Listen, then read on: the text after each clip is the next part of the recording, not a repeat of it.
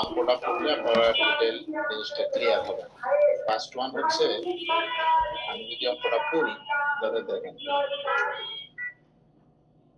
Guinness company's relevant range of production is 7,500 units to 12,500 units. এই কোম্পানিটার normal production capacity হচ্ছে 7,500 unit থেকে 12,500 unit তারা produce করতে পারে। মানে তাদের এটা একটা রেলিভেন্ট রেঞ্জ, যে 7,500 ইউনিট থেকে 12,500 ইউনিট তারা প্রোডাকশন করে, মানে ম্যাক্সিমাম 12,500 ইউনিট তারা প্রোডাকশন করে, তার থেকে বেশি ইউনিট তারা প্রোডাকশন করতে পারবে না।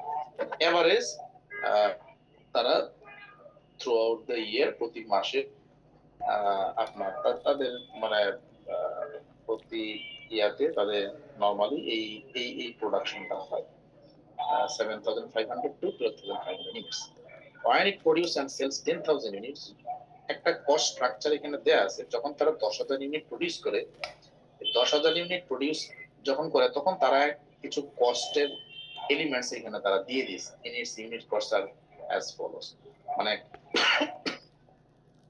যদি 10,000 ইউনিট প্রডিউস করে তাহলে কস্টের নেচারটা কিরকম হয় এখানে দিয়ে দিয়েছে। এখন এর মধ্যে direct material $6 per unit, direct labor $3.5 per unit, variable manufacturing overhead $1.5 per unit, fixed manufacturing overhead $4 per unit, fixed selling expense 3, fixed administrative expense, sales commission, variable administrative expense, total একটা কিছু কস্টের ইনফরমেশন এখানে দেয়া আছে। রিকোয়ারমেন্টের মধ্যে আপনার কাছে যেগুলো জানতে চাইছি সেটা হচ্ছে, for financial accounting purpose, what is the total amount of product cost incurred to make this 10,000? What is the total product cost কত? মানে এই 10,000 ইউনিটস এর কস্ট স্ট্রাকচার এখানে দেয়া আছে। এখন বলবো যে টোটাল কস্ট কত হবে। প্রোডাক্ট কস্ট কেউ বলতে পারবেন? প্রোডাক্ট কস্ট কি কি কস্ট মিলে প্রোডাক্ট কস্ট হয়, ডেফিনেশনের মধ্যে বলেছিলাম।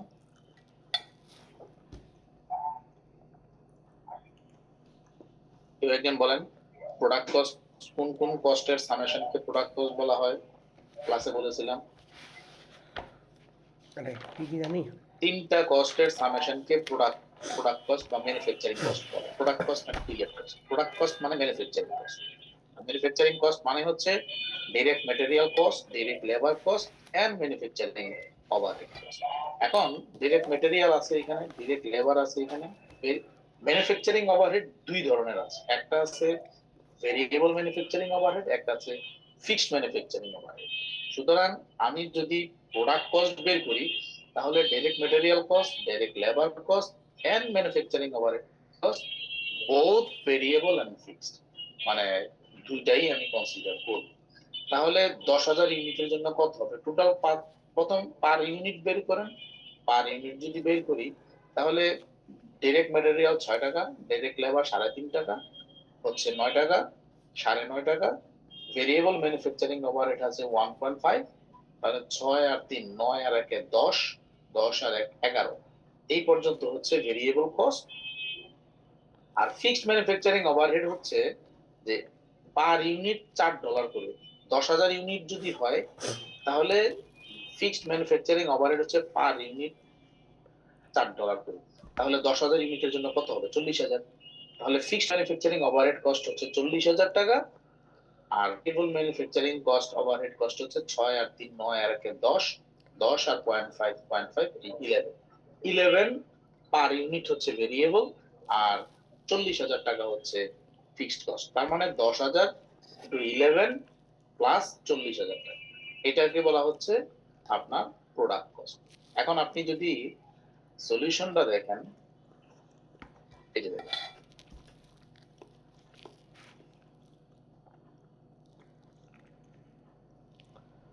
এই দেখেন direct material $6, direct labour 3.5 and variable manufacturing overhead 1.5। তাহলে টোটাল কস্ট পার ইউনিট হচ্ছে 11।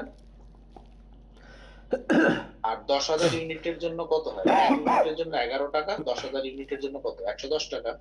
আর ফিক্সড ম্যানুফ্যাকচারিং ওভারহেড আপনি যদি 10,000 ইউনিট করেন তাহলেও $40,000, যদি 7,500 ইউনিট করেন তাহলেও $40,000, যদি আপনি 12,500 ইউনিট করেন তাহলেও $40,000, মানে এটা তো ফিক্সড, টোটাল ফিক্সড কস্ট তো চেঞ্জ হবে না। তার মানে টোটাল ফিক্সড কস্ট 40,000, এটা 10,000 ইউনিটের জন্য 40,000, সাড়ে ইউনিটের 40,000, এখানে যে নর্মাল যে ক্যাপাসিটিটা দেয়া আছে সেটা এখানে এই 7,500 থেকে 12,500 পর্যন্ত প্রোডাকশন করলে আপনার ফিক্সড ম্যানুফ্যাকচারিং ওভারহেড কস্ট 40,000 টাকা হবে। এখন যে কোনো ইউনিট আপনি করেন 7,500 থেকে 12,500 একটা রেঞ্জ দেওয়া আছে, মানে 0 থেকে 12,500ও বলতে পারেন যে 12,500 ইউনিট প্রডিউস করলে আপনার total fixed manufacturing overhead cost হবে 40,000 টাকা। তাহলে product cost number 1, first one, যে what will be the product cost for 10,000 units. So 10,000 units multiplied by variable cost per unit 11.5 and total fixed cost আপনি জানেন 40,000 টাকা হচ্ছে টোটাল ফিক্সড কস্ট। তাহলে first one যে প্রোডাক্ট কস্ট কত হবে, total এই 11 টাকা করে আপনার 10,000 ইউনিটের জন্য হয় 1,10,000 টাকা প্লাস 40,000 টাকা হচ্ছে fixed cost. Total product cost বা ম্যানুফ্যাকচারিং কস্ট আপনি যাই বলেন এটাকে বলা হচ্ছে 1,50,000। বলেন এক নাম্বার রিকোয়ারমেন্ট সবাই বুঝছেন কি?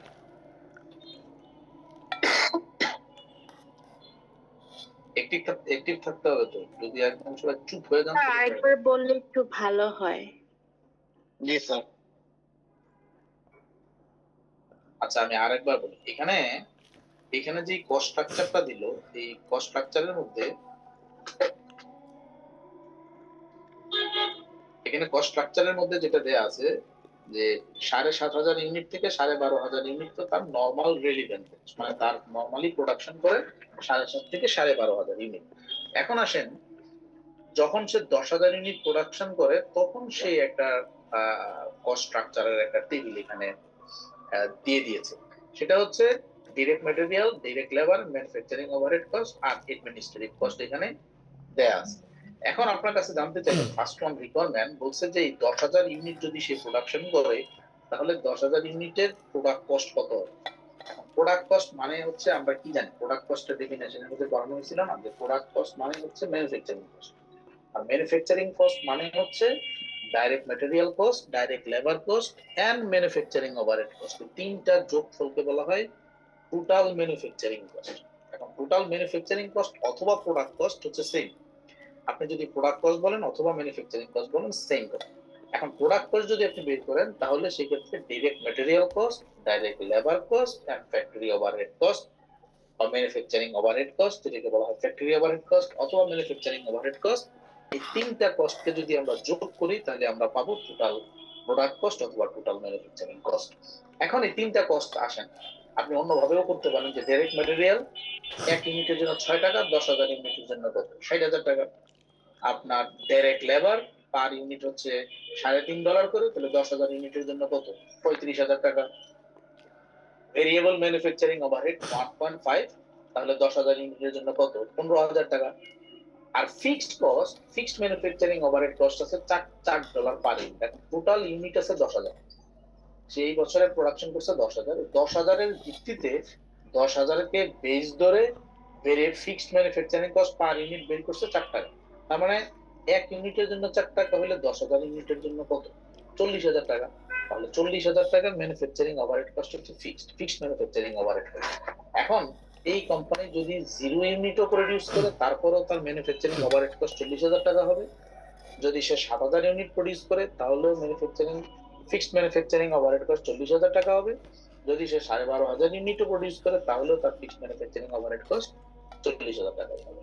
এখন টোটাল প্রোডাক্ট কস্ট যখন আমরা বের করব, প্রোডাক্ট কস্ট মানেই হচ্ছে direct material cost, direct labour cost আর manufacturing overhead cost. Manufacturing overhead যেহেতু দুইটা, আমরা দুইটাই যোগ করব। তোমার ডাইরেক্ট ম্যাটেরিয়াল 10,000 ইউনিটের ম্যাটেরিয়াল কস্ট কত 1 ইউনিটের জন্য 6 টাকা, 10,000 এর জন্য 60,000। ডাইরেক্ট লেবার কত 1 ইউনিটের জন্য 3.5 টাকা, 10,000 ইউনিট প্রোডিউস করলে 35,000 টাকা। আর 1 ইউনিটের জন্য ভেরিয়েবল ম্যানুফ্যাকচারিং ওভারহেড কস্ট আছে 1.5, তাহলে 10,000 ইউনিটের জন্য কত 15,000 টাকা। এই তিনটা যোগ করলে আমরা পাবো টোটাল ভেরিয়েবল ম্যানুফ্যাকচারিং কস্ট আর ফিক্সড ম্যানুফ্যাকচারিং ওভারহেড কস্ট আছে 40,000। এই 40,000 টাকা যোগ করলে আমরা টোটাল প্রোডাক্ট কস্ট অথবা টোটাল ম্যানুফ্যাকচারিং কস্ট আমরা পেয়ে যাব।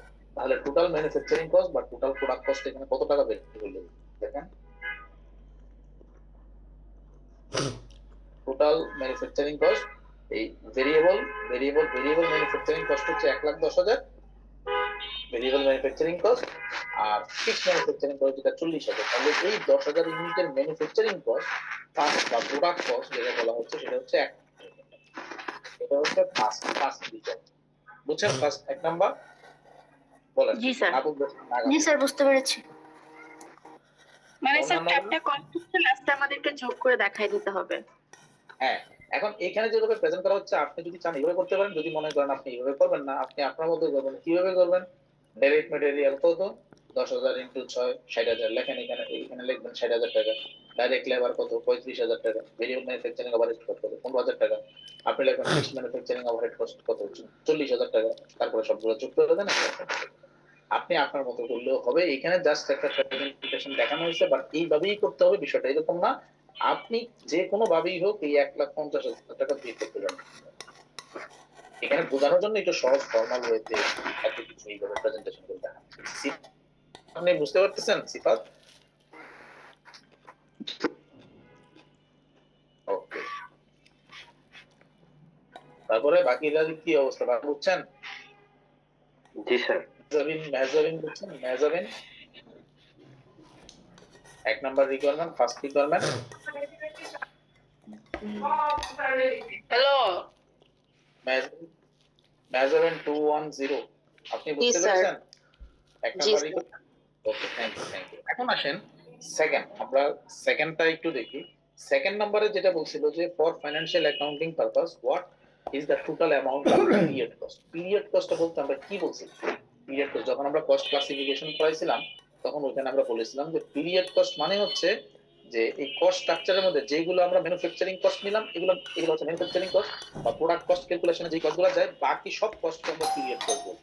আপনি যদি প্রোডাক্ট কস্ট আইডেন্টিফাই করতে পারেন তাহলে বাকি কস্টগুলো হবে পিরিয়ড কস্ট। আমরা প্রোডাক্ট কস্ট আমরা কোনটা নিলাম? Direct material, direct labour, variable manufacturing overhead, fixed manufacturing overhead. এই পর্যন্ত এই প্রথম চারটা this one and this one এই পর্যন্ত আমরা নিলাম প্রোডাক্ট কস্ট। আর তাহলে পিরিয়ড কস্ট কোনটা হবে? পিরিয়ড কস্ট হবে এইগুলো: fixed selling expense, fixed administrative expense, sales commission and variable administrative expense. এই চারটা খরচকে আমরা বলবো আপনার পিরিয়ড কস্ট। তাহলে দুই product cost and period cost. Product কস্টের এক নাম হচ্ছে ম্যানুফ্যাকচারিং কস্ট আর পিরিয়ড কস্টের আরেক নাম হচ্ছে নন ম্যানুফ্যাকচারিং কস্ট অথবা পিরিয়ড কস্ট। আপনি সেটাও করতে পারেন। তাহলে টোটাল কস্টের মধ্যে আমরা পিরিয়ড প্রোডাক্ট কস্ট গুলোকে যদি আইডেন্টিফাই করতে পারি তাহলে বাকিগুলো হবে অটোমেটিক্যালি পিরিয়ড কস্ট। তাহলে পিরিয়ড কস্টের মধ্যে কি আছে? এখানেও ফিক্সড আছে, এখানেও ভেরিয়েবল। কি ফিক্সড আছে? ফিক্সড সেলিং এক্সপেন্স আছে। ফিক্সড সেলিং এক্সপেন্স আছে কত? 3 টাকা পার ইউনিট। তাহলে 10,000 ইউনিট 3 টাকা পার ইউনিট, 3 টাকা 10,000 ইউনিটের জন্য 1000 টাকা। নাম্বার 1। সেকেন্ড হচ্ছে ফিক্সড অ্যাডমিনিস্ট্রেটিভ এক্সপেন্স আছে $2 করে। তাহলে 10,000 ইনটু 2 কত? 20,000 টাকা।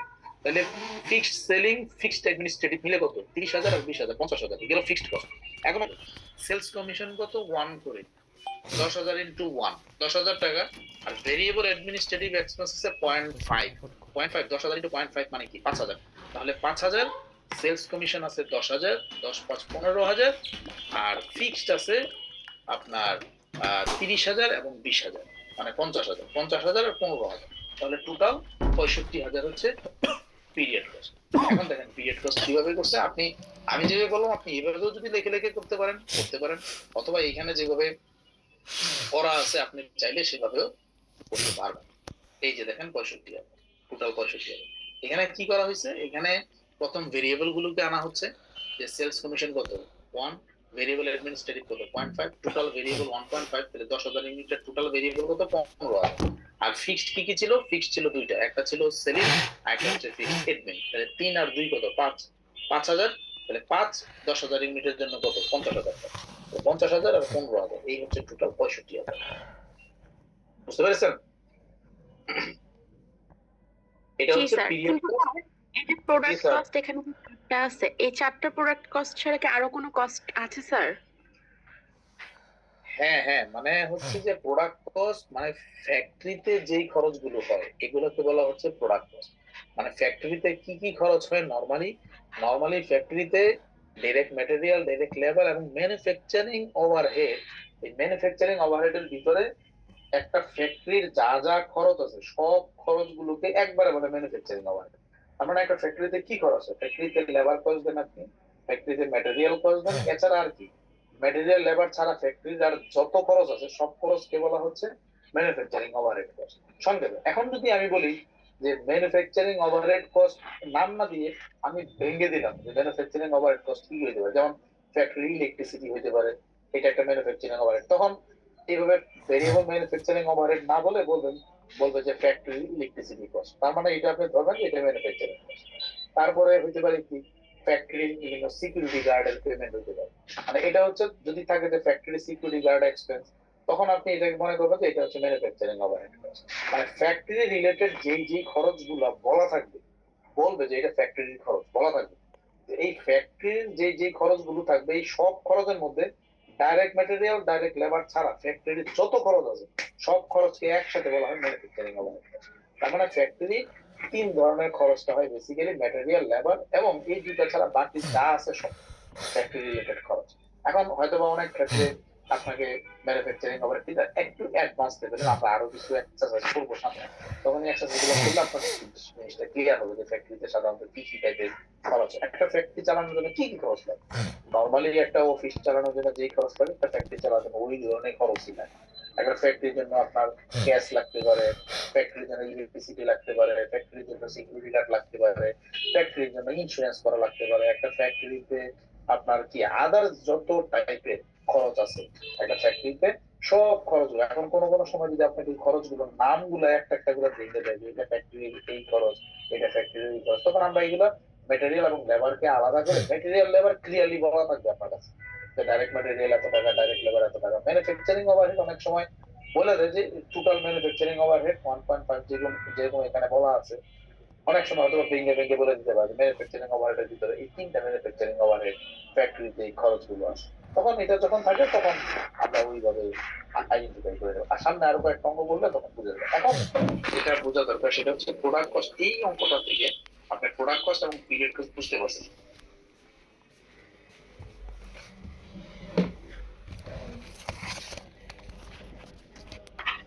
আচ্ছা, থার্ড ওয়ানে আসেন, if 8000 units are sold, what is the variable cost per unit? আচ্ছা দেখেন, যদি 8000 unit sold, what is the variable cost per unit? আপনাদেরকে ভেরিয়েবল কস্ট এবং ফিক্সড কস্ট পড়ানো হয়েছিল। এখানে দেখেন যে সমস্ত ভেরিয়েবল কস্ট গুলো আছে, যদি কোম্পানি 8000 ইউনিট সেল করে, এখানে তো প্রোডাকশন করছে 10000 ইউনিট, এখন বলতেছে যদি তারা 8000 ইউনিট সেল করে তাহলে 8000 ইউনিটের ভেরিয়েবল কস্ট কত হবে? দেখেন ভেরিয়েবল কস্টের মধ্যে কি কি খরচ? ডাইরেক্ট ম্যাটেরিয়াল, এটা একটা ভেরিয়েবল কস্ট, ডাইরেক্ট লেবার, এগুলো ভেরিয়েবল কস্ট, মানে এগুলো প্রোডাকশনের সাথে সাথে চেঞ্জ হয়। এই যে দেখেন direct material, direct labour, variable manufacturing overhead, sales commission, এখান থেকে এই লিস্টটা থেকে ভেরিয়েবল কস্ট গুলোকে আলাদা করে। এই যে এখানে যে লিস্টটা দেয়া আছে, আমার ল্যাপটপটা অনেক ডিস্টার্ব করতেছে, দেখেন এখান থেকে এই লিস্টটা থেকে ভেরিয়েবল কস্ট কোনগুলো কেউ একজন বলতে পারবেন? কোনগুলো ভেরিয়েবল কস্ট? কেউ একজন বলেন তো এই টেবিলটা থেকে কোনগুলো ভেরিয়েবল কস্ট? ফারিয়া খানম আছেন? ফারিয়া খানম? জি স্যার। হ্যাঁ ফারিয়া, আপনি একটু বলেন তো, এখানে এই টেবিলটার মধ্যে কস্ট দুই রকমের, একটাকে বলা হয় ফিক্সড কস্ট, একটাকে বলা হয় ভেরিয়েবল। এখন এখান থেকে ভেরিয়েবল কস্ট কোনগুলো? একদম সহজে আপনি ফিক্সড কস্ট গুলোকে সরায় ফেলেন, বাকিগুলো variable cost. Sir direct materials, direct labour, variable manufacturing overhead, sales commission আর ভেরিয়েবল অ্যাডমিনিস্ট্রেটিভ এক্সপেন্স। এই যে দেখেন এখানে direct material cost, direct labour cost, মানে ফিক্সড যে তিনটা আছে এই তিনটা আপনি বাদ দেন। ফিক্সড বাদ দিলে যা থাকে সবই ভেরিয়েবল। ফিক্সড ছাড়া যেগুলো আছে, আমার ল্যাপটপে একটু সমস্যা হচ্ছে, ফিক্সড যেগুলো আছে, fixed manufacturing overhead, fixed selling expense, fixed administrative expense, এই তিনটা ছাড়া বাকি যা আছে সবই ভেরিয়েবল কস্ট। এখন তাহলে এই খরচগুলো যোগ করেন ভেরিয়েবল কস্ট।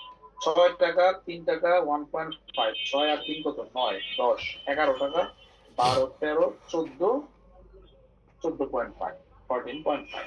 তার মানে 1 ইউনিটের জন্য ভেরিয়েবল কস্ট যদি 14.5 হয়, এখানে বলছে যদি 8000 ইউনিট প্রডিউস করে আপনার হয়তো বা 10 মিনিট পরে ক্লোজ হবে, আমরা পরে আবার একটু break নিয়ে আবার আবার এই সেম লিঙ্কে যাব। আজকে একটু প্রবলেম হবে, ইয়াতে নেওয়া দরকার ছিল, কারণ গুগল মিটের প্রবলেমটা থাকতো না। ক্লাসে থাকুক। এখন যদি এরকম হয় যে 8,000 ইউনিট যদি সে সেল করে, তাহলে তার টোটাল ভেরিয়েবল কস্ট কত হবে? দেখেন পার ইউনিট আমি 14.5 পেয়ে গেলাম। ভেরিয়েবল কস্ট পার ইউনিট 14.5, তাহলে এক ইউনিটের জন্য ভেরিয়েবল কস্ট যদি 14.5 হয়, তাহলে 8,000 ইউনিটের জন্য কত হবে? 8,000 ইন্টু 14.5। কারণ লাস্ট ক্লাসে দেখানো হয়েছিল ভেরিয়েবল কস্ট কখন হয়, মানে এক ইউনিটের ভেরিয়েবল কস্ট 2 টাকা, 2 ইউনিটের ভেরিয়েবল কস্ট 4 টাকা, 3 ইউনিটের ভেরিয়েবল কস্ট 6 টাকা, প্রপোর্শনেটলি ইনক্রিজ করে। মানে এক ইউনিটের জন্য যা 10 ইউনিটের জন্য তার 10 গুণ হবে, এটা হচ্ছে ভেরিয়েবল কস্ট। তাহলে এক ইউনিটের জন্য এখানে ভেরিয়েবল কস্ট আমরা পাইলাম 14.5, 14.5। তাহলে 8,000 ইউনিটের জন্য কত হবে? 8,000 ইন্টু 14.5। এখন 4 নম্বরে কি বলছে? If 12,500 units are sold, what is the variable cost per unit? তাহলে এক ইউনিটের জন্য তোমরা 14.5 পেলাম। এক ইউনিটের জন্য যদি 14.5 হয়, তাহলে 8,000 এর জন্য কত? 8,000 দিয়ে গুণ করবেন। 12,500 এর জন্য কত? 12,500 দিয়ে গুণ করবেন। তাহলে 12,500 into 14.5। If 5 number, if 8,000 units are sold, what is the total amount of variable cost related to the unit sold? যদি 8,000 হয়, মানে এটার সাথে এটা একটু কমন হয়ে গেছে। What is the amount of variable cost related to the unit sold? এই 8,000 আর 8,000 এটা সেম হয়ে গেছে, মানে সেম অ্যান্সারই হবে।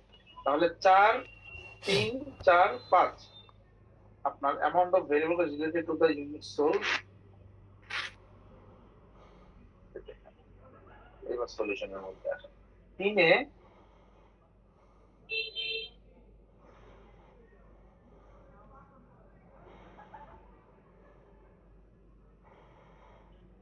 Direct material cost, direct labour cost, manufacturing overhead cost, sales commission, variable administrative expense. এখানে তো 12.5, আমি 14.5 পেলাম। 14.5 না, এটা তো 12.5। এটা যোগ করলে এখানে দেখেন, এখানে 6, 3, 9, 10, 11, 14.5 11 আর 1, 12 আর 0.5, এই তিনটা বার আমি 200 যোগ করে দিচ্ছি, এখানে এটা তো ফিক্স। তাহলে 6 আর 3, 9 আর 1, 10, আর এখানে 1, 11, এখানে সেলস কমিশন 1, 12 আর 0.5, 12.5। তাহলে 12.5 হচ্ছে ভেরিয়েবল কস্ট পার ইউনিট। তাহলে 8,000 দিয়ে 12 মাল্টিপল করলে 8,000 ইউনিটের ভেরিয়েবল কস্ট পাওয়া যাবে। যদি 12,500 ইউনিট সোল্ড হয়, তাহলে ভেরিয়েবল কস্ট পার ইউনিট, মানে বলছে পার ইউনিট কত হবে। মানে প্রথম হচ্ছে 8,000 ইউনিট যদি সোল্ভ করে, তাহলে ভেরিয়েবল কস্ট পার ইউনিট কত? ভেরিয়েবল কস্ট পার ইউনিট কত? 12.5। তাহলে এটা হচ্ছে অ্যান্সার, শুধু 12.5। আপনি এই কস্টগুলোকে যোগ করে দিন। যদি 12,500 ইউনিট প্রডিউস করে, তাহলে ভেরিয়েবল কস্ট পার ইউনিট কত? এখানে ইউনিট চেঞ্জের সাথে তো কস্ট চেঞ্জ হবে না, মানে কস্ট যা আছে variable cost per unit 12.5। 8,000 unit produce করলেও ভেরিয়েবল কস্ট পার ইউনিট 12.5।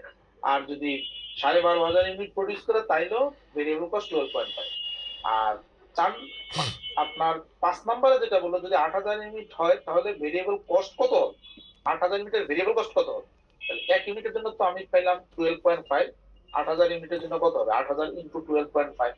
আর 6 নম্বরে বলছে যদি 12,500 ইউনিট সোল্ড করে, তাহলে ভেরিয়েবল কস্ট কত হবে? এক ইউনিটের জন্য তো 12.5, আপনি তো পেয়ে গেছেন। 12,500 এর জন্য কি হবে সেটাকে 12,500 দিয়ে গুণ করে দিবেন।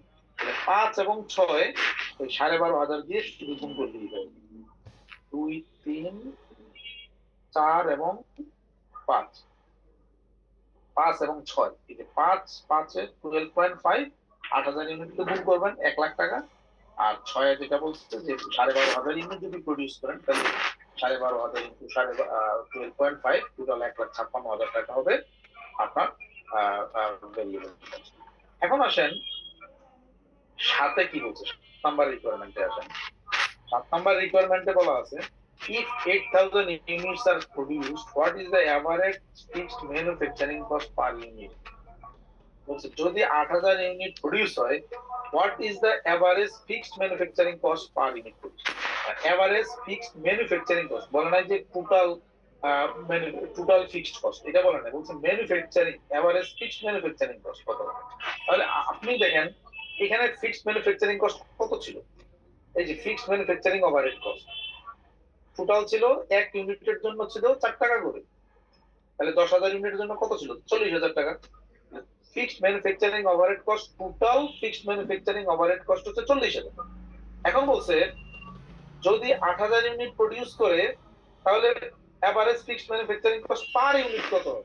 তাহলে 40,000 কে আপনি 8,000 দিয়ে ভাগ করেন, তাহলে পার ইউনিট কত আসে? 5 টাকা করে। আপনি তো জানেন যে ফিক্সড ম্যানুফ্যাকচারিং ওভারহেড কস্ট হচ্ছে ফিক্সড, তাহলে ফিক্সড ম্যানুফ্যাকচারিং ওভারহেড কস্ট কত? অঙ্কের মধ্যে দেওয়া আছে 40,000 টাকা। তাহলে 40,000 টাকা যদি ফিক্সড ম্যানুফ্যাকচারিং কস্ট হয়, যদি আপনি 8,000 ইউনিট প্রডিউস করেন তাহলে পার ইউনিট ফিক্সড ম্যানুফ্যাকচারিং কস্ট কত হবে? আপনার কত? 8,000 40,000 ডিভাইডেড বাই 8,000, তাহলে 5 টাকা করে। 5,000। এখন বলতেছে যদি 12,500 ইউনিট প্রডিউস হয় তাহলে এভারেজ ফিক্সড ম্যানুফ্যাকচারিং, যদি 12,500 units are produced, what is the average fixed manufacturing cost per unit?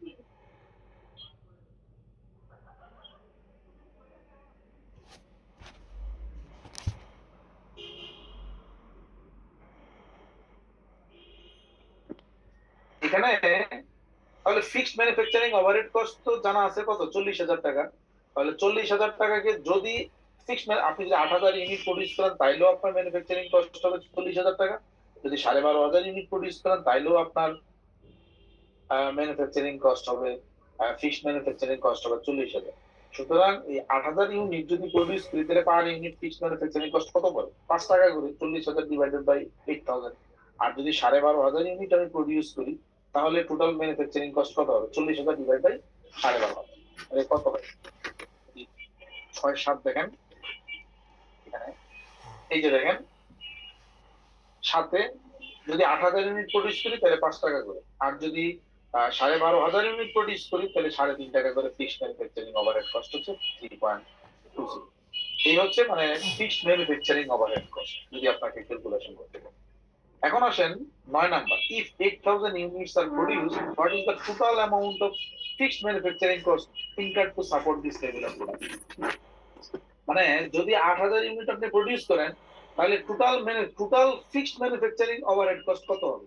কি বলতে পারেন? এগুলো কনসেপচুয়াল কোশ্চেন। জাস্ট দেখেন total fixed manufacturing overhead cost আপনি জানেন 40,000, এই যে এখান থেকে বের করা হয়েছে 40,000 এই স্ট্রাকচার থেকে। ফিক্সড ম্যানুফ্যাকচারিং ওভারহেড কস্ট আছে কত? পার ইউনিট আছে 4 টাকা, তাহলে ইউনিট প্রডিউস করেছিল 10,000 ইউনিট, 10,000 ইউনিট ইনটু 4, 40,000। এখন ফিক্সড ম্যানুফ্যাকচারিং ওভারহেড কস্ট আপনি জানেন 40,000 টাকা। এখন এই 40,000 টাকার মধ্যে যদি আপনি 12,500 ইউনিট প্রডিউস করেন, এখানে 9 নম্বরে যেটা বলছে যে 8,000 units are produce, what is the total amount of fixed manufacturing overhead cost? মানে যদি 8,000 ইউনিট প্রডিউস করি তাইলেও ফিক্সড ম্যানুফ্যাকচারিং ওভারহেড কস্ট 40,000, যদি আমি 12,500 ইউনিট প্রডিউস করি তাইলেও আমার ফিক্সড ম্যানুফ্যাকচারিং কস্ট 40,000। চেঞ্জ হবে না, জাস্ট আপনি শুধু লিখবেন if 8,000 units are produced, total fixed manufacturing cost will be টাকা 40,000. If 12,500 units are produced, then total manufacturing cost will be the same, like as 40,000. মানে 40,000 টাকা ফিক্সড ম্যানুফ্যাকচারিং ওভারহেড কস্ট হবে, কারণ total fixed manufacturing overhead cost change হয়। Per unit fixed of manufacturing overhead, per unit fixed cost change হয়, total fixed কস্টটা কোনো change হয়। বলেন 9 নাম্বার পর্যন্ত বুঝছেন কি? স্যার তাহলে তো 9 নম্বরের আনসার শুধুমাত্র 40,000ই হবে না, 9 আর 10? 9 আর 10 40,000, হ্যাঁ, কারণ টোটাল ফিক্সড কস্ট তো 30,000। আচ্ছা কিছুক্ষণ পরে হয়তো বা ডিসকানেক্ট হয়ে গেলে 10 মিনিট পরে আপনারা আবার সেম লিংক কি জয়েন করবেন। আজকে শুধু একটু প্রবলেম হচ্ছে, ওকে স্যার। পরে আমরা গুগল মিটে নিব, পরে নেক্সট অন্য যে কোনো দিন। এখন আসেন 10 নাম্বার কি বলছে? 10 নাম্বার তো বললাম 9 আর 10, এবার আসেন 11। If 8,000 units are produced, what is the total amount of manufacturing overhead cost incurred to support this level of production? মানে if 8,000 units are produced, what is the total amount of manufacturing overhead cost? মানে total amount of manufacturing overhead cost মানে এখন আপনার কাছে জানতে চাইছে total amount of manufacturing overhead cost। এখন আপনি কস্ট স্ট্রাকচারটা দেখেন, ম্যানুফ্যাকচারিং ওভারহেড কস্ট কি কি আছে? একটা আছে ভেরিয়েবল, একটা আছে fixed. Variable manufacturing overhead cost আছে 1.5, আর ফিক্সড ম্যানুফ্যাকচারিং ওভারহেড কস্ট 40,000। আপনি যত ইউনিটই বানান 40,000। এখন আপনাকে বলতেছে তাহলে ম্যানুফ্যাকচারিং ওভারহেড কস্ট কত হবে? মানে 10 নম্বরের টোটাল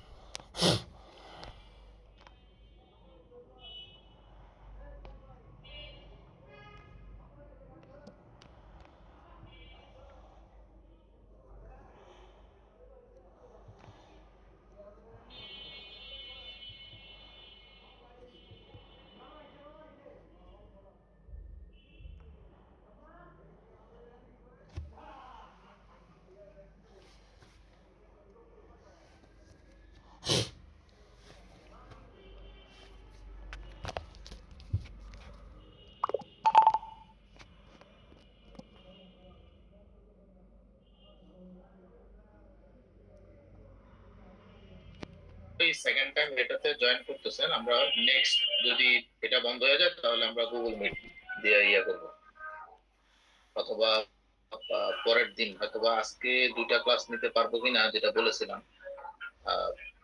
দেখি কতটুকু কন্টিনিউ করা যায়। আচ্ছা এখন বলেন, এখানে সাউন্ড তো ক্লিয়ার শোনা যাচ্ছে নাকি? জি স্যার। ওকে, এখন এখানে আপনি 10 পর্যন্ত বুঝলেন। এখন 11 নম্বরে যে রিকোয়ারমেন্টটা ছিল সেটা হচ্ছে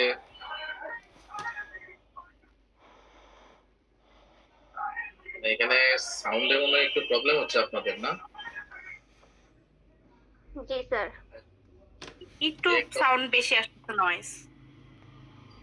জি স্যার, বাইরে নয়েজটা বেশি আসছে। পাশেই ওই যে নির্বাচনের অফিস, তো পলিটিক্যাল অফিস, এখানে ওইখানে মাইক দিয়ে গান ছেড়ে দিচ্ছে, এই কারণে মানে আমার কাছে আরো বেশি সাউন্ড মনে হচ্ছে। একদম আমার বাসার পাশের বিল্ডিংটাতেই অফিস খুলে দিচ্ছে, এই জন্য সাউন্ড একটু বেশি জোরে মনে হচ্ছে আর কি। আচ্ছা এখন আসেন, এখানে আমরা যে 11 নম্বর ছিলাম সেটা হচ্ছে যে if 8000 units are produced, what is the total amount of manufacturing overhead cost incurred to support this level of production? মানে টোটাল আগের গুলাতে যেমন ছিল টোটাল ফিক্সড ম্যানুফ্যাকচারিং কস্ট, এটার মধ্যে কিন্তু সেটা বলা নাই। এখানে বলছে যে টোটাল ম্যানুফ্যাকচারিং কস্ট, মানে including all fixed cost and variable cost, সবকিছু মিলে কত টোটাল ম্যানুফ্যাকচারিং কস্ট। মানে ফ্যাক্টরিতে ফিক্সড কস্ট এবং ভেরিয়েবল কস্ট মিলে 8000 ইউনিট যদি প্রডিউস করে তাহলে আপনার fixed cost, manufacturing overhead, fixed total amount of manufacturing overhead cost, মানে ম্যানুফ্যাকচারিং ওভারহেড কস্ট আপনি দুই টেবিলটাতে দেখেন তাহলে ম্যানুফ্যাকচারিং ওভারহেড কস্ট এখানে দুইটা ছিল, একটা ছিল ভেরিয়েবল ম্যানুফ্যাকচারিং ওভারহেড কস্ট, একটা হচ্ছে ফিক্সড ম্যানুফ্যাকচারিং ওভারহেড কস্ট। আপনি তো জানেন যে ফিক্সড ম্যানুফ্যাকচারিং ওভারহেড কস্ট হচ্ছে 40,000। এখন আসেন শুধু variable manufacturing overhead per unit 1.5। এখন যদি টোটাল এখানে কত হাজার 8000 ইউনিট প্রডিউস করে তাহলে 8000 ইনটু 1.5 প্লাস 40,000, এটা হচ্ছে total amount of manufacturing overhead cost. মানে total amount of manufacturing overhead cost মানে হচ্ছে fixed manufacturing overhead cost plus variable manufacturing overhead cost. তাহলে দুইটা একসাথে যোগ করলে হয় আপনার total manufacturing overhead cost. So what is the total amount express on this per unit basis, মানে what is this total amount expressed on a per unit basis? বলতেছে per unit বেসিসে আসলে এটা টোটাল কত টাকা হয় পার ইউনিট যদি আপনি পার ইউনিট বেসিসে ক্যালকুলেশন করেন। এখন দেখেন ফিক্সড ম্যানুফ্যাকচারিং ওভারহেড কস্ট 40,000 আর ভেরিয়েবল ম্যানুফ্যাকচারিং কস্ট ছিল 1.5, তাহলে 1.5 ইনটু 8000 ইউনিট 12,000 আর ফিক্সড ম্যানুফ্যাকচারিং কস্ট ছিল 40,000, টোটাল ম্যানুফ্যাকচারিং ওভারহেড কস্ট হচ্ছে 52,000। এখন 52,000 কস্টকে আপনি যদি টোটাল 8000 ইউনিট দিয়ে ভাগ করেন তাহলে পার ইউনিট কস্ট আছে 6.5। এটা বললো যে total manufacturing overhead cost per unit কত। এখন টোটাল ম্যানুফ্যাকচারিং ওভারহেড কস্ট কত 52,000, এর মধ্যে 40,000 ফিক্সড আর 12,000 হচ্ছে ভেরিয়েবল, শুধু অনলি ম্যানুফ্যাকচারিং ওভারহেড কস্ট, তাহলে পার ইউনিট হয় 6.5 করে। আর পরেরটা যেটা বলছে যে যদি 12,500 ইউনিট হয় তাহলে টোটাল ম্যানুফ্যাকচারিং ওভারহেড কস্ট কত এবং per unit manufacturing overhead cost কত, 12 নাম্বার। তাহলে ম্যানুফ্যাকচারিং ওভারহেড কস্ট হচ্ছে 1.5 ভেরিয়েবল, যদি 12,500 করি 8,000 এর জায়গায় আপনি 12,500 দিয়ে গুণ করেন, আর ফিক্সড ম্যানুফ্যাকচারিং ওভারহেড কস্ট 40,000 যেটা ফিক্সড, এটা 8,000 ইউনিট করলেও 40,000, আপনি যদি 12,500 ইউনিট করেন তাইলেও 40,000, তাহলে টোটাল হয় কত 58,750, পার ইউনিট হয় 4.7। দেখেন আপনি যদি ইউনিট কম প্রডিউস করেন তাহলে ম্যানুফ্যাকচারিং ওভারহেড কস্ট বেশি 6.5, আপনি যদি ইউনিট বেশি প্রডিউস করেন তাহলে per unit manufacturing overhead cost 4.7, যেটা নরমালি কমে আসতেছে। এই জন্য একটা ফ্যাক্টরিতে আপনি যত বেশি পরিমাণ ইউনিট প্রডিউস করবেন আপনার পার ইউনিট কস্ট তত কমে আসবে। কি কারণে হবে? কারণ ভেরিয়েবল কস্টের কারণে আপনার টোটাল কস্ট কমবে না, আপনার পার ইউনিট কস্ট কমবে ফিক্সড কস্টের কারণে। কারণ আপনি এক সেম ফিক্সড কস্ট দিয়ে 40,000 টাকার ম্যানুফ্যাকচারিং ফিক্সড কস্ট দিয়ে আপনি 8,000 ইউনিট প্রডিউস করলে পার ইউনিট এখানে বেশি চার্জ হবে। আর যদি সেম ফিক্সড কস্ট 40,000 ধরে আপনি 12,500 ইউনিট প্রডিউস করেন তাহলে সেই ক্ষেত্রে আপনার পার ইউনিট কস্ট এখানে কম চার্জ হবে। এজন্য যদি কোম্পানির ফিক্সড কস্ট থাকে সেই জায়গাতে যত বেশি প্রোডাকশন করা হবে তত পার ইউনিট কস্ট তত কমে আসবে। যত বেশি পরিমাণ ইউনিট প্রডিউস করবেন total cost per unit cost তত কমে আসবে। এজন্য কস্ট কমলেই যে শুধু প্রোডাকশন বাড়াবে বিষয়টা এরকম না, যে যত বেশি পরিমাণ প্রোডাকশন করলে আপনার টোটাল কস্ট কমে যাবে এই জন্য আপনি বেশি পরিমাণ প্রোডাকশন করবেন এরকমও না। প্রোডাকশনটা হয় নর্মালি ডিমান্ড বেসড, মার্কেটে যদি ডিমান্ড থাকে তাহলে প্রোডাকশন হয়, ডিমান্ড না থাকলে প্রোডাকশন। মার্কেটে যে যতগুলা ইউনিটের ডিমান্ড থাকে ততগুলা ইউনিট নর্মালি প্রডিউস করে। বাট এই জন্য মার্কেট ডিমান্ড কিভাবে বাড়াইতে হবে, মার্কেটের ডিমান্ড আপনি যদি রেজ করতে পারেন through marketing expenditure, through promotional activities, through প্রোডাক্টের কোয়ালিটি অর আদার যে কোনো মার্কেটিং স্ট্র্যাটেজি আপনি অ্যাপ্লাই করে মার্কেটের ডিমান্ডটাকে রেজ করা যায়। আর যদি ডিমান্ডটা রেজ করা যায় সেক্ষেত্রে অটোমেটিক্যালি আপনার টোটাল কস্ট সেখান থেকে কমে আসবে। এটা ছিল 11 নম্বর এবং 12 নম্বর। 13 নম্বরের রিকোয়ারমেন্টের মধ্যে যেটা চাওয়া হচ্ছিল যে if the selling price is 22 per unit, যদি পার ইউনিট 22 হয় তাহলে what is the contribution margin per unit. Contribution margin মানে হচ্ছে আপাতত শুধু এতটুকুই জানেন, সেলস থেকে ভেরিয়েবল কস্ট বাদ দিলে কন্ট্রিবিউশন মার্জিন পাওয়া যায়।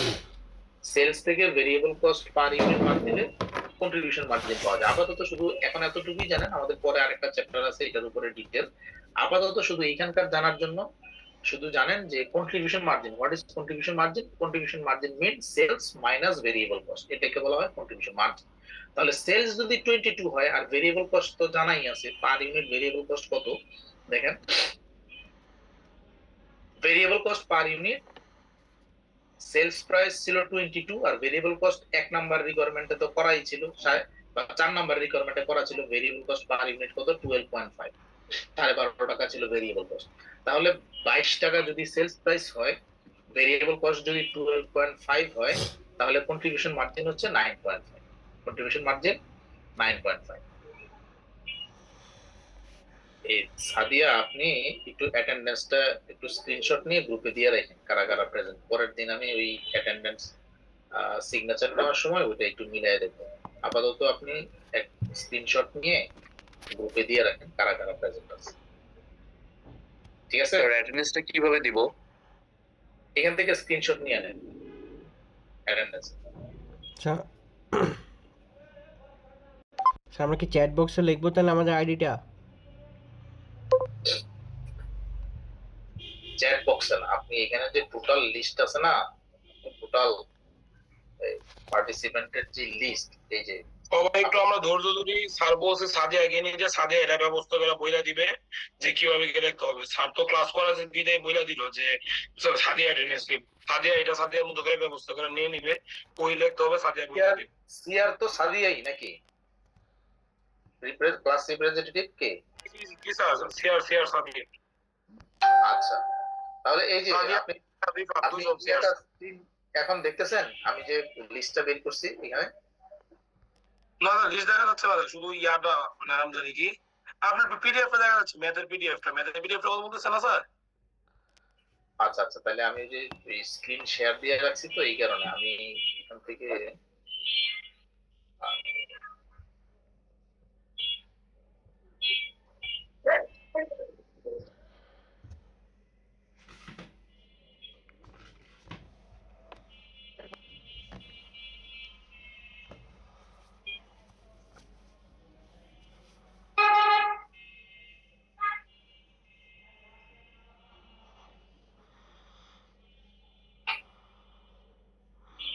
এই মুহূর্তে থাকেন, দাঁড়ান আমি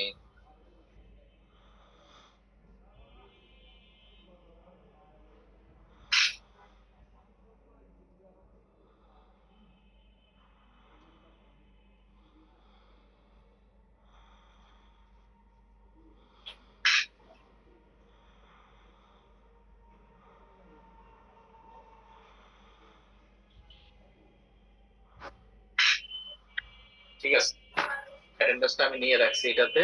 তারপরেও সাদিয়া যদি আপনি পারেন আপনি গ্রুপে দিয়ে রাখেন, আদারওয়াইজ আমার কাছেও একটা সাপোর্টিং আছে, সমস্যা হবে না, ট্রাই করতেছি। এখন আসেন এখানে যদি কন্ট্রিবিউশন মার্জিন হচ্ছে সেলস প্রাইস থেকে যদি আমরা only variable cost per unit বাদ দিই। ভেরিয়েবল কস্ট পার ইউনিট আপনার রিকোয়ারমেন্ট 4 এর মধ্যে ছিল what will be the variable cost per unit. এই যে টোটাল রিকোয়ারমেন্ট 4 এ বের করা ছিল ভেরিয়েবল কস্ট পার ইউনিট কত 12.5 আমরা সেলস প্রাইস যদি 22 হয় তাহলে কন্ট্রিবিউশন মার্জিনটা হচ্ছে sales less variable cost per unit, এটাকে বলা হচ্ছে কন্ট্রিবিউশন মার্জিন। তাহলে এখানে কন্ট্রিবিউশন মার্জিন কত টাকা দাঁড়াচ্ছে? যে কোনো অর্গানাইজেশনের কন্ট্রিবিউশন মার্জিন যদি বেশি হয় তাহলে বুঝতে হবে যে এই কোম্পানির প্রফিট ক্যাপাবিলিটি বেশি। এখন এটা এই ইয়ারে, এখন এটা তো কম্পেয়ার করা যাচ্ছে না। এখন 9.5 প্রিভিয়াস ইয়ারে কত ছিল, এর আগের বছরে কত ছিল, ওইগুলোর সাথে কম্পেয়ার করে নরমালি একটা পারফরম্যান্স অ্যানালাইসিস করা হয় যে per unit contribution margin per unit কত, এটা দিয়েও একটা কোম্পানির ম্যানেজমেন্টের পারফরম্যান্স ইভ্যালুয়েশন করা হয়। এজন্য এখানে এটা নরমালি যত বেশি হবে, কন্ট্রিবিউশন মার্জিন পার ইউনিট যত বেশি হবে, ততই হচ্ছে কোম্পানির মানে কস্ট, কোম্পানির প্রফিট তত বেশি হবে। এখন এটা কম কখন হবে, কন্ট্রিবিউশন মার্জিনটা কম কখন হবে? যদি ভেরিয়েবল কস্টটা কম হয়। নাম্বার 1 এক হচ্ছে ভেরিয়েবল কস্ট যদি কম হয় তাহলে কন্ট্রিবিউশন মার্জিন বেশি হবে, অথবা সেলস প্রাইস যদি বেশি হয় তাহলে কন্ট্রিবিউশন মার্জিন বেশি হবে। এখন সেলস প্রাইস তো কোম্পানির হাতে নাই, কোম্পানি চাইলে সেলস ইচ্ছা করে সেলস প্রাইস বাড়াতে পারবে, কারণ মার্কেট হচ্ছে কম্পিটিটিভ। যেহেতু কম্পিটিটিভ মার্কেটে প্রাইস ডিটারমিন করে মার্কেট, কম্পিটিটিভ মার্কেটে ডিমান্ড সাপ্লাই এর থ্রুতে একটা প্রোডাক্টের প্রাইস ডিটারমিন করে মার্কেট, সেখানে কোম্পানির ম্যানুফ্যাকচারার বা কোম্পানির ওনার তারা কখনো প্রোডাক্টের প্রাইস সেট আপ করতে পারে না। সুতরাং এক্সট্রা বেনিফিট সেলস প্রাইস থেকে নেওয়া যায় না, আপনি কস্ট রিডাকশন যেটা আপনার হাতে আছে, যে আপনি চাইলে প্রোডাক্টের কস্ট কমাইতে পারেন। তো কন্ট্রিবিউশন মার্জিন বাড়ানোর ওয়ে মধ্যে একটা ওয়ে হচ্ছে আপনি ভেরিয়েবল কস্টটাকে কমান। যদি ভেরিয়েবল কস্ট কমান, আপনি কত চিপ রেটে ইনভেন্টরি কিনতে পারেন, র ম্যাটেরিয়াল কিনতে পারেন, কত কম লেবার কস্ট দিয়ে আপনি প্রোডাকশন করতে পারেন, আপনার ততই কোম্পানির ইকোনমিক্যালি তত বেশি বেনিফিটেড হবে। এটা ছিল 13 নম্বর। আর 14 নম্বর রিকোয়ারমেন্টের মধ্যে কি জানতে চাওয়া হয়েছিল? 14 নম্বরে ছিল if 11,000 units are produced, if 11,000 units are produced, what are the total amount of direct and indirect manufacturing cost incurred to support this level of production? মানে direct cost and indirect cost আপনাদেরকে definition করানো হয়েছে যে direct cost কি এবং indirect cost কি। মানে 11,000 units are produced, what are the total amount of direct cost and indirect cost? Indirect manufacturing cost জানতে চাইছে, direct manufacturing cost and indirect manufacturing cost. এখন আসেন ডাইরেক্ট কস্ট এবং ইনডাইরেক্ট কস্ট মানে কি? এইখানে এই যে ডাইরেক্ট মেটেরিয়াল এবং ডাইরেক্ট লেবার, এই দুইটা হচ্ছে ডাইরেক্ট কস্ট। ডাইরেক্ট মেটেরিয়াল এবং ডাইরেক্ট লেবার, এটাকে বলা হচ্ছে ম্যানুফ্যাকচারিং কস্ট। এখন এই ম্যানুফ্যাকচারিং কস্টের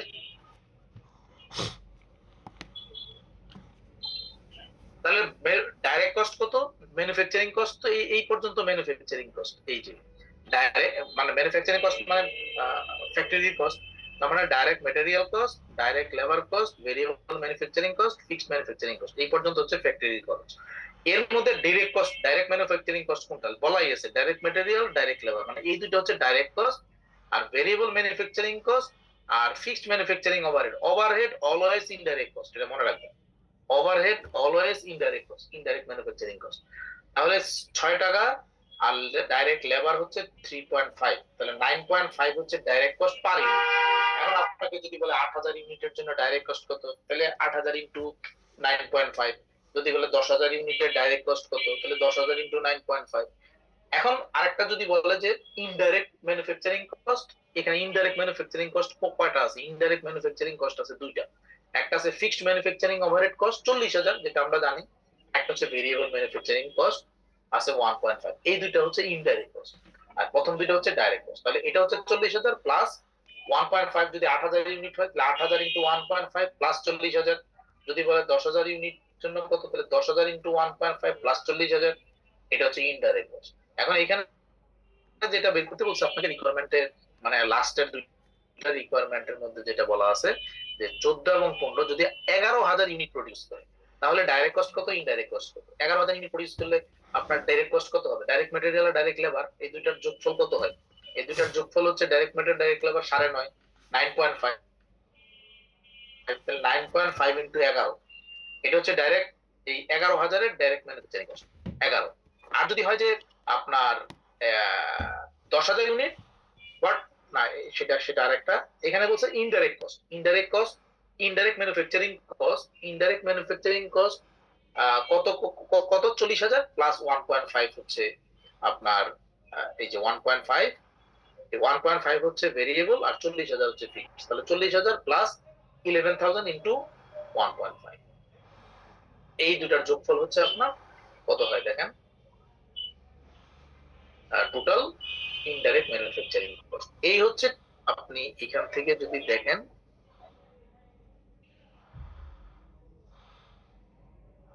এই যে দেখেন 6 আর 3.5 তাহলে কত 9.5, 9.5 তাহলে number of unit produce 11,000 unit বলছিল, তাহলে 11,000 ইন্টু 9.5 টোটাল হয় 1,04,500। এটা হচ্ছে ডাইরেক্ট ম্যানুফ্যাকচারিং কস্ট। আর ইনডাইরেক্ট ম্যানুফ্যাকচারিং কস্ট ছিল 1.5 আর প্রোডিউস করতেছেন 11,000, তাহলে 11,000 ইন্টু 1.5 কত 16,500। আর ফিক্সড ম্যানুফ্যাকচারিং ওভারহেড কস্ট ছিল 40,000, তাহলে টোটাল হচ্ছে 56,500। এটা হচ্ছে আপনার indirect manufacturing cost. Direct manufacturing cost and indirect manufacturing cost. আর 15 নম্বর লাস্ট রিকোয়ারমেন্টটা যেটা সেটা হচ্ছে লাস্ট রিকোয়ারমেন্টটা কি ছিল 15 number, what total incremental cost will Martinez incur if it increase production from 10,000 to 10,001 unit. বলতেছে 10,000 ইউনিট থেকে যদি এই কোম্পানির এখানে যে কস্ট স্ট্রাকচারটা দেয়া আছে, এখানে এখানে যে কস্ট স্ট্রাকচারটা দেয়া আছে এই কোম্পানির বলতেছে যে এটা তো 10,000 ইউনিটের জন্য এই স্ট্রাকচারটা দেয়া আছে, 10,000 ইউনিটের জন্য, এই 10,000 ইউনিটের জন্য স্ট্রাকচার দাও। যদি এই কোম্পানি 10,001 ইউনিট প্রডিউস করে তাহলে ইনক্রিমেন্টাল কস্ট কত হবে? ইনক্রিমেন্টাল কস্ট মানে এই এক ইউনিটের জন্য অতিরিক্ত কস্ট বাড়বে কতটুকু। এখন দেখেন যদি ফিক্সড কস্ট কোনটা চেঞ্জ হয় না, কোন ফিক্সড কস্ট এর কি বলতে চাচ্ছেন কিছু?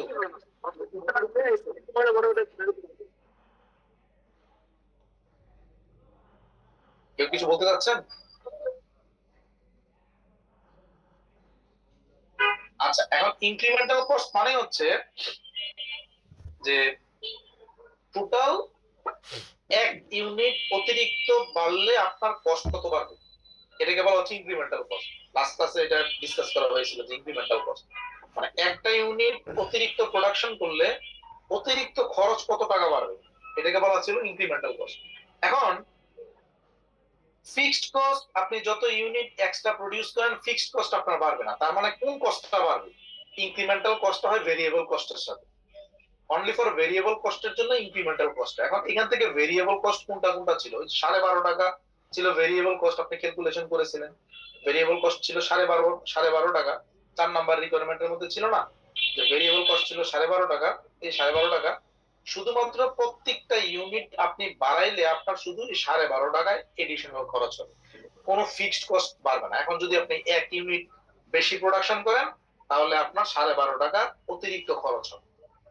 মানে যদি এক ইউনিট অতিরিক্ত প্রোডাকশন করেন তাহলে অতিরিক্ত ভেরিয়েবল কস্টটা যা আছে শুধু এই কস্টটা আপনার এডিশনালি খরচ হবে, আর কোনো ফিক্সড কস্টের মধ্যে কোনো চেঞ্জ আসবে না। তার মানে আপনি একটা যদি বলা হয় এখানে কোশ্চেনের মধ্যে বলা ছিল যে যদি এক ইউনিট অতিরিক্ত করে, এক ইউনিট যদি অতিরিক্ত প্রডিউস করে 10,000 থেকে 10,001 ইউনিট মানে একটা ইউনিট বেশি প্রোডাকশন করতে তার অতিরিক্ত খরচ কত হবে? অতিরিক্ত খরচ হবে 12.5 টাকা। যদি সে 2 ইউনিট অতিরিক্ত খরচ করে 10,002 ইউনিট প্রোডাকশন করে তাহলে 12.5 ইনটু 2, যদি সে 10 ইউনিট প্রডিউস করে অতিরিক্ত তাহলে 12.5 ইনটু 10 ইনক্রিমেন্টাল কস্ট কত হবে? জাস্ট ভেরিয়েবল কস্ট পার ইউনিটকে যদি আপনি মাল্টিপল করেন যতগুলো এডিশনাল ইউনিট হবে তাহলে আপনি টোটাল ইনক্রিমেন্টাল কস্ট পেয়ে যাবেন। কারণ হচ্ছে যে ফিক্সড কস্ট কিন্তু আনচেঞ্জ, ফিক্সড কস্টের মধ্যে কোনো চেঞ্জ আসে না, কোনো ভেরিয়েশন আসে না। এজন্য ইউনিট বাড়া কমার সাথে যেহেতু ফিক্সড কস্টের কোনো রিলেশন নাই সুতরাং অনলি চেঞ্জ হবে আপনার ভেরিয়েবল কস্ট। বলেন 1 থেকে 15 পর্যন্ত যদি কারো কোনো স্পেসিফিক প্রবলেম থাকে বলতে পারেন, 1 থেকে 15 পর্যন্ত। এই অঙ্কটা যদি বলেন বুঝে থাকেন তাহলে আশা করি পরীক্ষার কোনো অঙ্ক প্রবলেম হবে না। আগে বলেন বুঝছেন?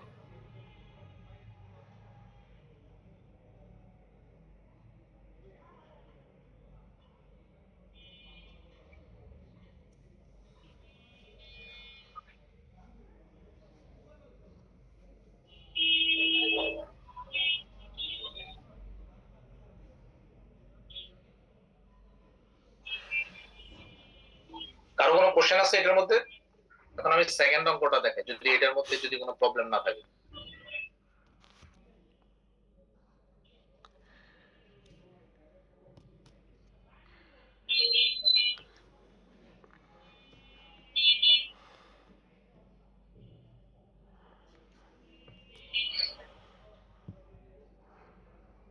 আচ্ছা, একটু আপনার ক্রিটিক্যাল ইস্যুস এখানে যদি একটু দেখেন,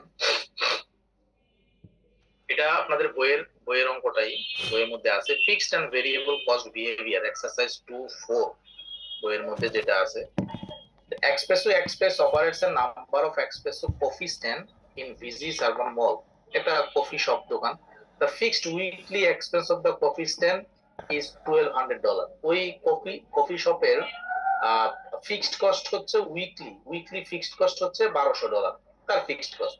and the variable cost per cup of the coffee serve 0.22 হচ্ছে তার variable cost. Fill the following table, your estimate the total cost and cost per cup. বলছে এই টেবিলটা একটু ফিল আপ করে। যদি সে এই উইকের মধ্যে 2000 কাপ কফি বিক্রি করে, 2100 কাপ কফি বিক্রি করে, 2200 কাপ কফি বিক্রি করে, তাহলে এই টেবিলটা একটু আপনাকে ফিল আপ করতে বলছে। এখন আসেন, এই কোম্পানির এই কফি শপের ফিক্সড কস্ট কত? $1200। তাহলে যদি 2000 ইউনিট প্রডিউস করে তাইলেও 1200, 2100 ইউনিট প্রডিউস করে তাইলেও 1200, 2200 ইউনিট প্রডিউস করে তাইলেও ফিক্সড কস্ট কত হবে? 1200। কেউ বলেন তো কেন?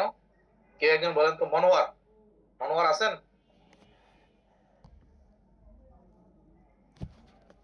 জি স্যার।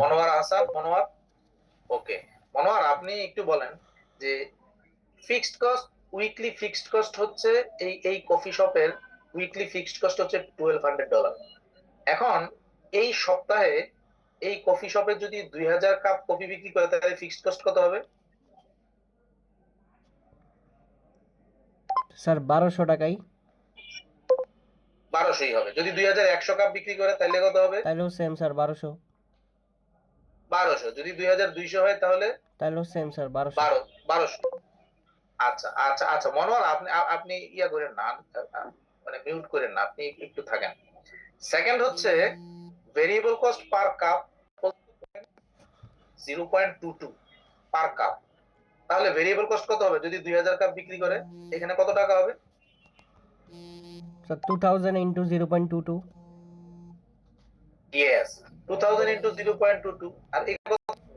2100 ইউনিটে স্যার 0.22, হ্যাঁ 2200 ইউনিটে এটাকে মাল্টিপল করবেন এটা। জি স্যার। তাহলে টোটাল কস্ট কত হবে? টোটাল কস্ট হচ্ছে ফিক্সড কস্ট প্লাস ভেরিয়েবল। এখানে যা হবে ফিক্সড কস্ট 1200 আর ভেরিয়েবল কস্ট যা আছে এটা যোগ করবেন, টোটাল কস্ট। তাহলে এটা যোগ করবেন, এটা যোগ করবেন, টোটাল কস্ট পেয়ে যাবেন। Average cost per cup of the coffee sir, average cost কত পড়লো? আপনি এখানে টোটাল কস্টকে 2000 কাপ কফি বিক্রি করছেন, তাহলে 2000 কাপ কফির জন্য এখানে যেই টাকা সেটাকে 2000 দিয়ে ডিভাইড করবেন। এখানে টোটাল কস্ট যা আছে সেটাকে 2100 দিয়ে ডিভাইড করবেন। এখানে টোটাল কস্টকে আপনি 2200 দিয়ে ডিভাইড করবেন। তাহলে এখানে টোটাল কস্ট পার কাপ পেয়ে যাবেন। মানে এটা হচ্ছে জাস্ট একটা কনসেপচুয়াল কোশ্চেন যে আপনি আসলে ফিক্সড কস্ট এবং ভেরিয়েবল কস্টকে সেপারেট করতে পারেন কিনা। এটা ছিল number 1। Does the average cost per cup of the coffee served increase, decrease or remain the same as the number of cup of the coffee served in week increase? বলতেছে যদি আপনি আপনার কাছে একটা কনসেপচুয়াল কোশ্চেন আপনার কাছে রাখা হচ্ছে যে এই যে per week number of cups of the coffee যে বিক্রি করতেছে, এটা যদি ইনক্রিজ করে, নাম্বার অফ কফির কাপটা যদি ইনক্রিজ করে, তাহলে does the average cost per cup of the coffee, এখানে যে টোটাল কস্ট ছিল, এই যে এভারেজ কস্ট ছিল, এই এভারেজ কস্ট যদি এখানে নাম্বার অফ কাপ ইনক্রিজ করে, বাড়ানো হয়, তাহলে এভারেজ কস্টটা কি বাড়বে না কম? ধরেন এখানে টোটাল কস্ট যা আছে সেম। আমি সলিউশনটা দেখাই আপনাকে, হ্যাঁ, তাহলে আপনাদের সহজ হবে। এই যে দেখেন, এখানে 2000 ভেরিয়েবল কস্ট ছিল আর ফিক্সড কস্ট ছিল 1200 করে, ভেরিয়েবল কস্ট ছিল 440, মানে ওই যে গুণ করলাম, টোটাল কস্ট আসলো এটা। এভারেজ পার কস্ট হচ্ছে 0.802। এক কাপ কফি হচ্ছে 0.820, সেকেন্ড হচ্ছে 0.791, আর 2200 কফি বিক্রি করে তাহলে 765। এখন আপনার কাছে জানতে চাইছে যে যদি number of cup of the coffee যদি বিক্রির পরিমাণটা যদি বেশি হয় তাহলে এভারেজ কাপ অফ দ্য কফির যে কস্ট সেটা বাড়বে না কমবে? স্যার কমবে, ডিক্রিজ হবে। ডিক্রিজ হবে।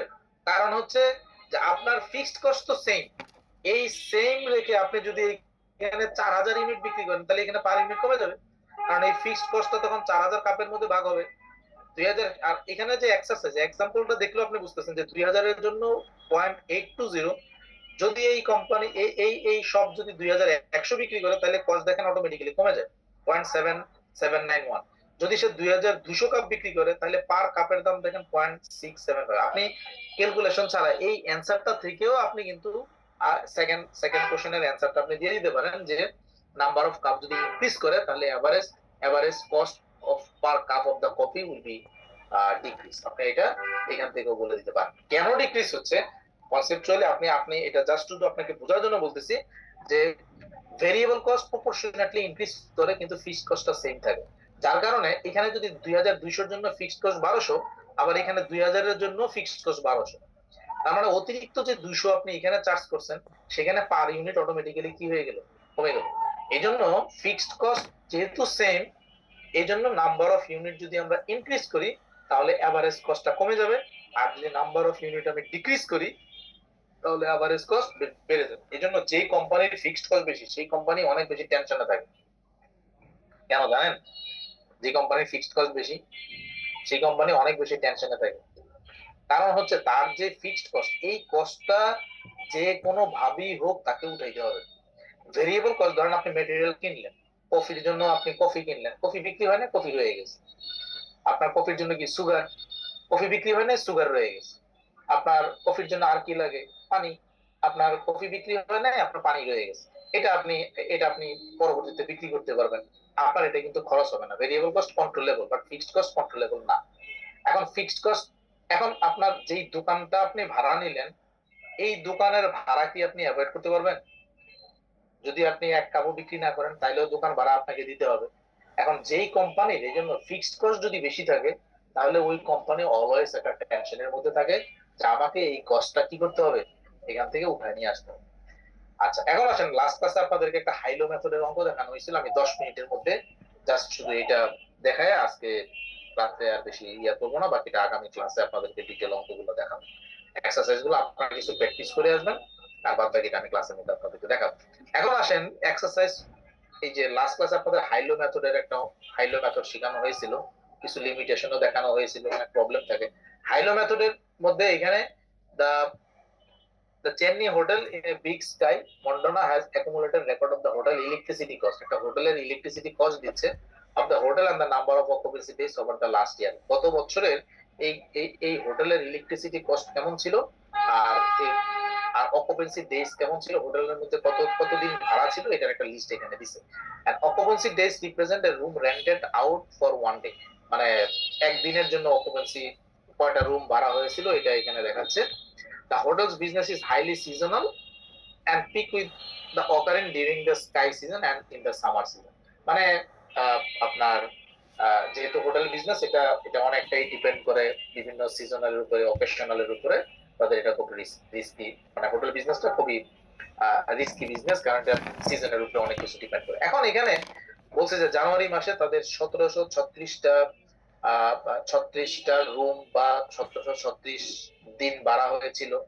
জানুয়ারি মাসে 1736 কি অকুপেন্সি ডেজ, মানে পার ডেতে তাদের 1736টা রুম ভাড়া হয়েছিল। ফেব্রুয়ারিতে 1904টা রুম ভাড়া হয়েছে। মার্চ মাসে 2001 দিনে 2336টা রুম ভাড়া হয়েছে। এপ্রিল মাসে এখানে দেয়া আছে। আর এটার সাথে সাথে ইলেকট্রিসিটি কস্ট কত টাকা ছিল, ইলেকট্রিসিটি কস্টের একটা সামারি এখানে দেয়া আছে।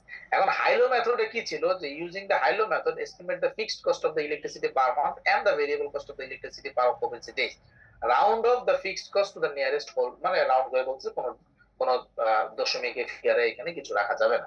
এখন আসেন হাইলো মেথডে আমরা কি কি অ্যাক্টিভিটি করতাম। হাইলো মেথডে হাইয়েস্ট অ্যাক্টিভিটি হচ্ছে এখানে ডেজ বা অকুপেন্সি, আর কস্ট হচ্ছে এখানে। তাহলে এখান থেকে আমরা সর্বোচ্চ ফিগারটা আমরা নিব 2406, এটা মনে হয় হাইয়েস্ট। অগাস্ট মাসে ভাড়া হয়েছিল 2406। জি জি, একটু মিউট করে রাখেন। হ্যাঁ, উল্টা হয়েছে ছুরি। ছুরি উল্টা হইছে। হ্যাঁ, এবার কাটো। আচ্ছা, এখন আসেন আপনার অগাস্ট মাসে সবচেয়ে বেশি ভাড়া ছিল 2406টার রুম ভাড়া ছিল, এবং সেই মাসের ইলেকট্রিসিটি কস্টটা নেবেন। আর সবচেয়ে কম ভাড়া কোনটা? সবচেয়ে কম ছিল অক্টোবরে 124, এর চেয়ে কম নাই। তাহলে 124 এটার কস্ট নেবেন 1588। তাহলে হাইয়েস্ট আমি পাইলাম হাইলো মেথডে, হাইয়েস্টটা নিব, হাইয়েস্টের কস্ট নিব, লোয়েস্টটা নিব, লোয়েস্টের কস্টটা নিব। এটা থেকে আমি variable cost per unit last ক্লাসে যেটা দেখানো হয়েছিল যে এই কস্ট থেকে এই কস্টটা বাদ দিব, আর হাইয়েস্ট অ্যাক্টিভিটি থেকে লোয়েস্ট অ্যাক্টিভিটিটা বাদ দিয়ে তারপরে ডিভাইড করে দিব। এখন আসেন, এই যে দেখেন এখানে হাইয়েস্ট ডেজ ছিল 2406 আর লোয়েস্ট ছিল 124। এটার কস্ট ছিল 5148 আর 1588। ডিফারেন্স করেন, হাইয়েস্ট অ্যাক্টিভিটি কস্ট থেকে লোয়েস্ট অ্যাক্টিভিটি কস্ট বাদ দিলে 3560, আর হাইয়েস্ট অ্যাক্টিভিটি থেকে লোয়েস্ট অ্যাক্টিভিটি বাদ দিলে 2282। এটাকে এটা দিয়ে ভাগ করেন, তাহলে 1.56 পার অকুপেন্সি ডে। একদিনের জন্য ইলেকট্রিসিটি কস্ট আসতেছে আপনার পার রুমের জন্য 1.56 করে। এখন যে কোনো একটার মধ্যে বসায় দেন 2406, ধরেন আপনি এটাতে যদি বসান, অগাস্ট মাসে যদি বসান, তাহলে টোটাল কস্ট কত? 5148। এই 5148 এর মধ্যে ভেরিয়েবল কস্ট কত? বাদ দেন ভেরিয়েবল কস্ট। এটা 2406টা ভাড়া হয়েছে, আর প্রতি দিনের জন্য 1.56 করে ভাড়া। তাহলে per unit variable per unit 1.56, আর টোটাল অকুপেন্সি ডে হচ্ছে 2436। এটাকে গুণ করেন, তাহলে ফিক্সড কস্ট পাওয়া গেল। আপনার টোটাল কস্ট থেকে ভেরিয়েবল কস্ট বাদ দিয়ে দিলে ফিক্সড কস্ট অটোমেটিক্যালি চলে আসে 1375। এই ছিল হাইলো মেথড। হাইলো মেথডে আমরা নরমালি হাইয়েস্ট অ্যাক্টিভিটি এবং লোয়েস্ট অ্যাক্টিভিটি নেই, এবং হাইয়েস্ট অ্যাক্টিভিটি কস্ট এবং লোয়েস্ট অ্যাক্টিভিটি কস্ট। এখানে লিস্টের মধ্যে যেই খরচগুলো আছে আমরা সব খরচগুলো কনসিডার করি না, পুরা লিস্ট থেকে আমরা, কিন্তু পুরা খরচগুলো আমরা কনসিডার করি লিস্ট স্কয়ার স্ট্রাকচারাল, মানে ওই কি বলে লিস্ট স্কয়ার ইকুয়েশন মডেল যেটা, সেই মডেলে আমরা প্রত্যেক মাসের খরচকে কনসিডার করি। কিন্তু হাইলো মেথডে শুধুমাত্র হাইয়েস্ট অ্যাক্টিভিটি এবং লোয়েস্ট অ্যাক্টিভিটি মাপগুলোকেই আমরা কস্টগুলোকে কনসিডার করে আমরা variable cost per unit calculation করি। এইজন্য এখানে total variable cost per unit কত? 1.56। হাইয়েস্ট অ্যাক্টিভিটি কস্ট থেকে লোয়েস্ট অ্যাক্টিভিটি কস্ট বাদ দেওয়ার পরে হাইয়েস্ট অ্যাক্টিভিটি এবং লোয়েস্ট অ্যাক্টিভিটি ডিফারেন্স দিয়ে ভাগ করা হচ্ছে, আর তারপরে টোটাল কস্ট থেকে ভেরিয়েবল কস্ট বাদ দিয়ে এখানে আপনি ফিক্সড কস্টটাকে ক্যালকুলেশন করতে পারতেছেন। আর সেকেন্ড রিকোয়ারমেন্টের মধ্যে বলছিল যে এই কোম্পানির তারা তো মানে what the other factors other than the occupancy days are likely to affect the variation the electricity cost. মানে একটা হোটেলের ইলেকট্রিসিটি কস্ট আপনার ডেজ হিসাব না করে অন্য আর কোন কনসেপ্টে আপনি ভেরিয়েবল কস্টকে ডিটারমিন করতে পারেন? মানে সেটা আপনি রুম ওয়াইজ করতে পারেন, যে কোন রুমের জন্য ইলেকট্রিসিটি কস্ট কত সেটা করা যায়। নাম্বার অফ এমপ্লয়ি দিয়ে করতে পারেন, যে কোন মাসে কতগুলো এমপ্লয়ি আপনার ছিল সেই অনুপাতে আপনি ইলেকট্রিসিটি কস্ট করতে পারেন। এটার কনসেপচুয়াল অ্যান্সার এখানে অ্যান্সারের মধ্যে আপনার দেয়া আছে। আমরা ফিজিক্যালি আপনারা এই দুইটা অঙ্ক একটু প্র্যাকটিস করে আসেন, বাকি যে অঙ্কগুলো আছে আমরা আগামী ক্লাসে, যেহেতু নেক্সট ক্লাসটা কবে সেই ক্লাসে আমরা বাকি অঙ্কগুলো রিভাইজ দিব। যদি কোনো কোশ্চেন থাকে বলেন। একটা কোশ্চেন ছিল আমার। হ্যাঁ বলেন, একটু দ্রুত, হয়তো বা কেটে যাবে তাড়াতাড়ি। স্যার, আমাদের ইলেকশনের আগে কি কোনো কুইজ হওয়ার চান্স আছে? ইলেকশনের আগে কুইজ হওয়ার কোনো সুযোগ না, ইলেকশনের পরে নেবে, ওকে মিড টার্মের আগে নেবে, মিড টার্মের আগে নেবে। Okay sir. ইলেকশনের পরে মিড টার্মের আগে নেবে। বলেন, অন্য আর কারো কোনো কোশ্চেন থাকলে বলেন।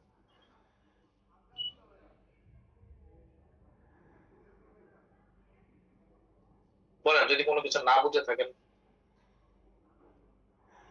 বুঝেছেন আপনারা সবাই কি এই অঙ্কটা বুঝছেন? এখন যে অঙ্কটা হোটেলের অঙ্কটা দেখানো হইলো, আমাতুল্লাহ বুঝছেন? বুঝছি, স্যার করতে গেলে আসলে বুঝতে পারবো যে আসলে কি বুঝতে পারছি কিনা। স্যার 2 এটা আপনারা নাম্বারটা একটু কি হাতে বলছে? কোনো প্র্যাকটিস করুন। জি 2 নাম্বারটা বুঝলাম না স্যার, মানে এই কোশ্চেনটা 2 নাম্বার কি বলছে? আচ্ছা 2 নাম্বারটা এটা এখানে যেটা বলছে যে এখানে তো কতদিন মানে কতগুলো রুম ভাড়া হয়েছে, মনে করেন এখানে পার ডেতে অকুপেন্সি মানে আপনি এক দিনে আপনার কয়টা রুম ভাড়া ছিল সেই অনুপাতে ইলেকট্রিসিটি কস্ট এখানে দিছে। মানে জানুয়ারি মাসে, মানে জানুয়ারিতে আপনার টোটাল জানুয়ারি মাসে 30 দিনে আপনার 1736টা রুম ভাড়া হয়েছে। ফেব্রুয়ারি মাসে 1904টা বাড়া হয়েছে এরকম। এখন বলতেছে ইলেকট্রিসিটি কস্ট তো এখানে রুম ওয়াইজ করা হয়েছে হুম। বা ডে ওয়াইজ এক এক দিনে হুম। করা হয়েছে।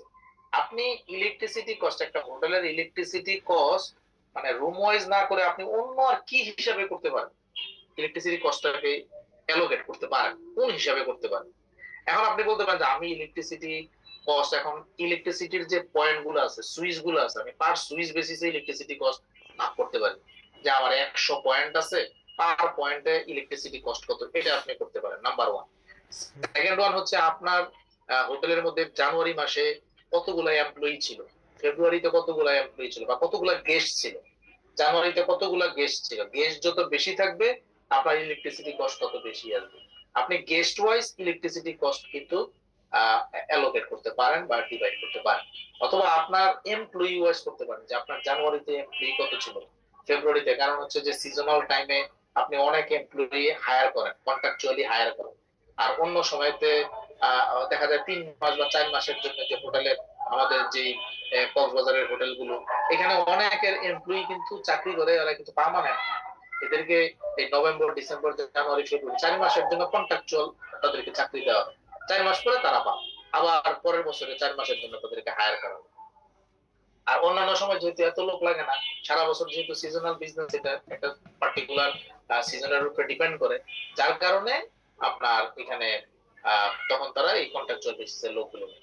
আপনি এখন মানে এমপ্লয়ির বেসিসেও ইলেকট্রিসিটি ভাগ করতে পারেন, যে অর্গানাইজেশনে এমপ্লয়ি যত বেশি থাকবে আপনার ইলেকট্রিসিটি কস্ট অটোমেটিক্যালি তত বেশি থাকবে, কারণ কাজ বেশি থাকবে, ওরা বিভিন্ন রুম অপারেট করবে, অটোমেটিক্যালি আপনার ইলেকট্রিসিটি কস্ট বেশি হবে। অথবা স্পেস ওয়াইজ ভাগ করতে পারেন, আপনার রুমের যে space, common space, per square ফিটে কত টাকা কারেন্ট ইলেকট্রিসিটি দিতে পারে, এই অনুপাতে ইলেকট্রিসিটি গুলাকে কোন কোন অ্যাঙ্গেলে আপনি অ্যালোকেট করতে পারেন, এই জিনিসটা জানতে চাই।